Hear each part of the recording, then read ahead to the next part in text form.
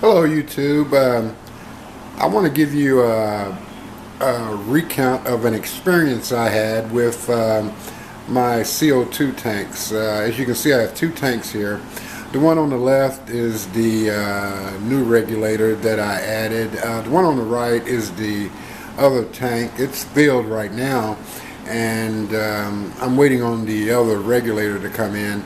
But as you can see from the video, one of the tanks expelled all of the CO2.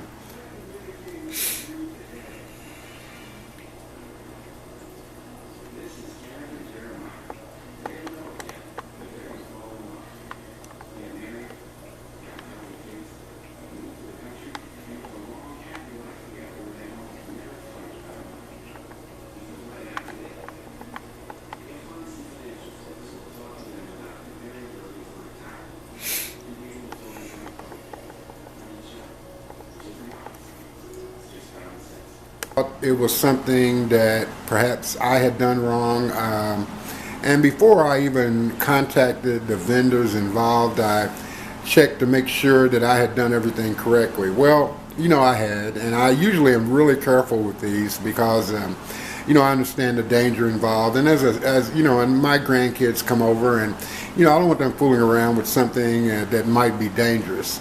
Well, one of the tanks, the tank on the right, expelled all the gas and fell over and broke a 55-gallon tank. It was a mess, and I couldn't help but try to figure out, well, what happened, because it really, I follow all the procedures. So in essence, what had happened was one of the regulator that I used, and I can't really tell you the name of the regulator. If you PM me, I'll be happy to tell you, but I promised that I would not put it out on YouTube. So, but at any rate, the regulator that I used did not have an American thread, which caused the expulsion of the gas. And my question to the vendor was, well, how could this happen?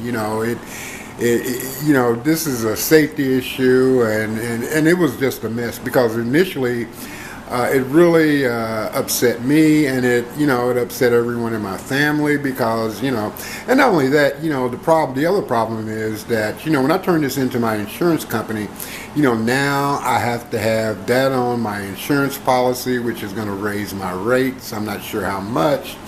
Well, I'm really satisfied with the settlement that I got from the vendor as well as the manufacturer of the regulator.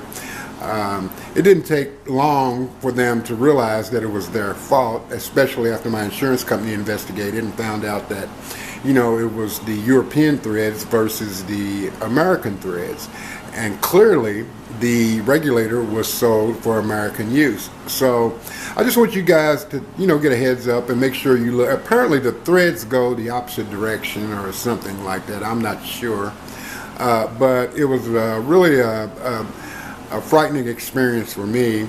And I have the patience of Job, but when my safety is involved, I get a little upset. And this ordeal was really kind of stressful for me.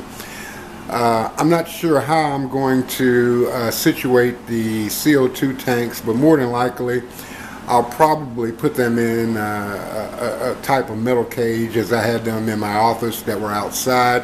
I'm not going to put the tanks outside, but I'm going to put them in some kind of restraint, whether that be chains or something else, because it really made me aware that how dangerous CO2 tanks can be. And even though you follow all the directions and all the precautions, still there are things that can happen beyond your control. So I just want to give you guys a heads up about some of the dangers of CO2. And fortunately, as I said, the people that I work with were really nice in terms of the vendors, after they determined that it was their fault.